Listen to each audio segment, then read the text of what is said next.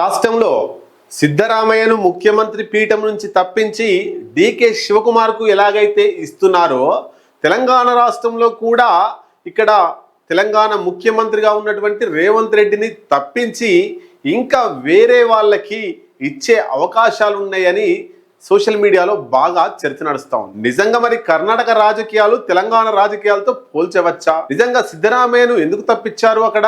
అట్లాగే ఇక్కడ కూడా రేవంత్ రెడ్డిని తప్పించే ప్రయత్నం చేస్తున్నారా ఢిల్లీ పెద్దలు? అసలు కర్ణాటక రాజకీయాలకు సిద్ధరామయ్య సరిపోతాడా లేదా డికే శివకుమార్ సరిపోతాడా?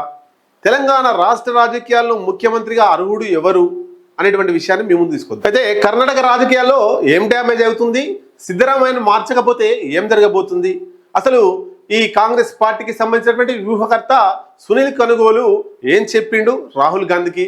అందులో భాగంగానే కర్ణాటకలో ఆ రాష్ట్ర ముఖ్యమంత్రిని సిద్ధరామయ్యను తప్పించి డికే శివకుమార్కి ఇస్తున్నారు. సేమ్ తెలంగాణ రాష్ట్ర రాజకీయాలకు సంబంధించి కూడా ఈ సునీల్ కనుగోలు కాంగ్రెస్ పార్టీ వ్యూహకర్త, కాంగ్రెస్ పార్టీకి సంబంధించినటువంటి వ్యూహాలు రచిస్తున్నటువంటి వ్యక్తి.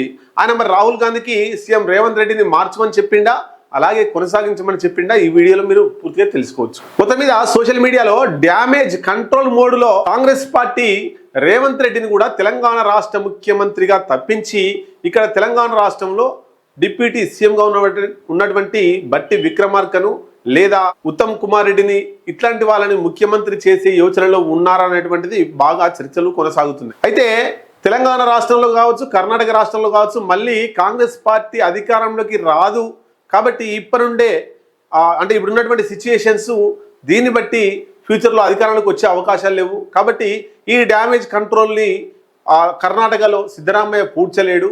దాన్ని పూడ్చి మళ్ళీ జనాల్లోకి కాంగ్రెస్ పార్టీని తీసుకెళ్లి బలంగా తయారు చేసి వచ్చే అసెంబ్లీ ఎన్నికల నాటికి మళ్ళీ కాంగ్రెస్ పార్టీని అధికారంలోకి తీసుకురావడానికి సిద్ధరామయ్యకు శక్తియుక్తులు లేవు. కాబట్టి అక్కడ డికే శివకుమార్కే ఉన్నాయి. కాబట్టి ఆయనను ముఖ్యమంత్రిగా చేయాలని సునీల్ కనుగోలు చెప్పిండట.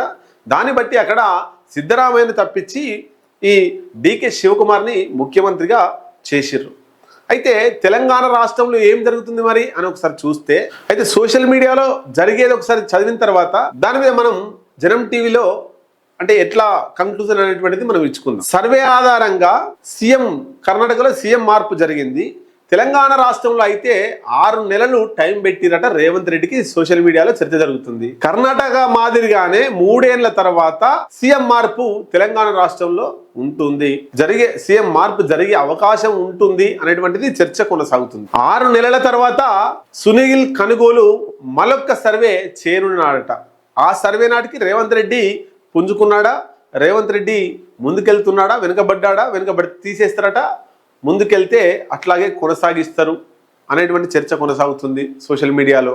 కర్ణాటక ప్రభుత్వంలో సలహాదారుడిగా ఉన్నటువంటి సునీల్ కనుగోలును తెలంగాణ రాష్ట్రంలోని ముఖ్యమంత్రికి సలహాదారుడుగా పంపుతున్నారంట. వేం నరేందర్ రెడ్డి ప్లేస్ లో, ఆయనకు రాజ్యసభ ఇచ్చారు కాబట్టి. అయితే ఈ సునీల్ కనుగోలు రేవంత్ రెడ్డికి సలహాదారుడిగా నియమిస్తూ రాహుల్ గాంధీ నిర్ణయం తీసుకున్నాడు. కాబట్టి ఆ సునీల్ కనుగోలుతో సమన్వయం చేసుకుంటూ తెలంగాణ రాష్ట్రంలో కాంగ్రెస్ పార్టీని బలోపేతం చేయాలనేటువంటిది ఏఐసిసి ఆదేశాలు జారీ చేసింది తెలంగాణ రాష్ట్ర ముఖ్యమంత్రికి. ఇప్పటి నుండి తెలంగాణపై రాహుల్ గాంధీ ఫుల్ ఫోకస్ పెట్టనున్నాడట.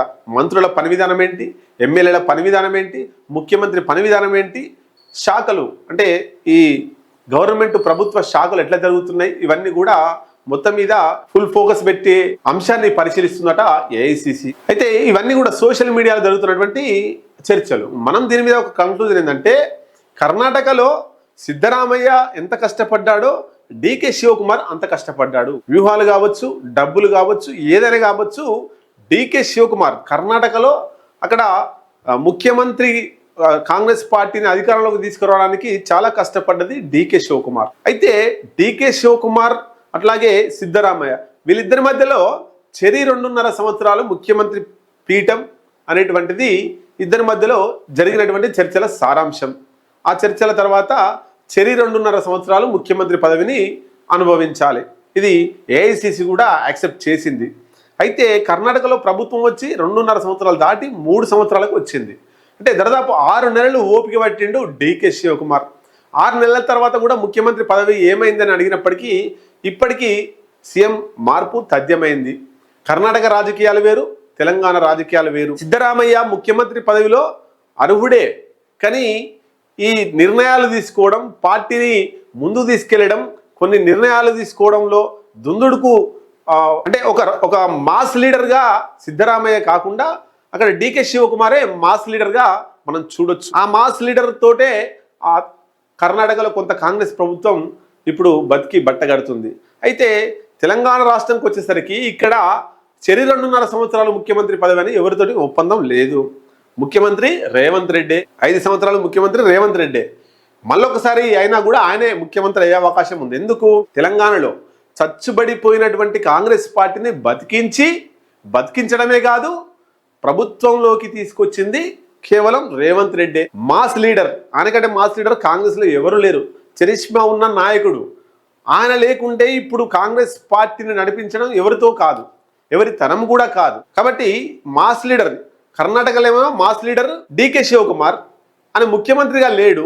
ముఖ్యమంత్రిగా మాస్ లీడర్ ఉండాలని డికే శివకుమార్ని మాస్ లీడర్ని తీసుకుపోయి ముఖ్యమంత్రి చేస్తున్నారు. ఇక్కడికి వచ్చేసరికి ముఖ్యమంత్రి మాస్ లీడర్ ఉన్నాడు కాబట్టి ఇక్కడ మార్పు అనేటువంటిది 100% ఉండదు. 6 నెలలు కానీ, సంవత్సరం కానీ, 2 సంవత్సరాలు కానీ. ఇప్పుడు రేవంత్ రెడ్డి తెలంగాణ రాష్ట్రానికి ముఖ్యమంత్రి కాకుండా ఇంకొక వేరే కాంగ్రెస్ పార్టీ ఎమ్మెల్యేకు ముఖ్యమంత్రి పదవి ఇస్తే ఇక్కడ ప్రభుత్వం 5-6 నెలలు కూడా ఉండదు. సో ఇవన్నీ కూడా కేంద్రంలో ఉండేటువంటి రాహుల్ గాంధీకి, ఏఐసిసికి తెలుసు. ఆ రకంగానే ముందుకు పోతున్నారు. కాబట్టి కర్ణాటక రాజకీయాలు వేరు, తెలంగాణ రాజకీయాలు వేరు. కర్ణాటకకు సంబంధించి 2.5 సంవత్సరాలు ఉంది కాబట్టి ఆ ముఖ్యమంత్రి మార్పు తర్వాత వచ్చే 2 ఏళ్లలో అసెంబ్లీ ఎన్నికలు వస్తున్నాయి. మళ్ళీ కాంగ్రెస్ పార్టీ అక్కడ అధికారంలోకి రావాలంటే సిద్ధరామయ్యతో కావడం లేదు. పార్టీని నడపడం, ప్రభుత్వాన్ని నడపడం. కాబట్టి శివకుమార్కి ఇస్తే బాగా నడపగలుగుతాడు, మళ్ళీ ఒకసారి అధికారంలో తీసుకొస్తాడు అనేటువంటిది అక్కడ వ్యూహం. ఇక్కడ రేవంత్ రెడ్డి తన అధికారంలో తీసుకొచ్చిండు, పార్టీని కాపాడుతున్నాడు, ప్రభుత్వాన్ని కాపాడుతున్నాడు, ముందుకు తీసుకుపోతున్నాడు, మళ్ళీ రాబోయే ఎలక్షన్ల కోసం సన్నద్ధం అవుతున్నాడు. కాబట్టి ఇక్కడ తెలంగాణ రాష్ట్రంలో ముఖ్యమంత్రికి సంబంధించినటువంటి పదవి మార్పు అనేటువంటిది లేదు. కర్ణాటక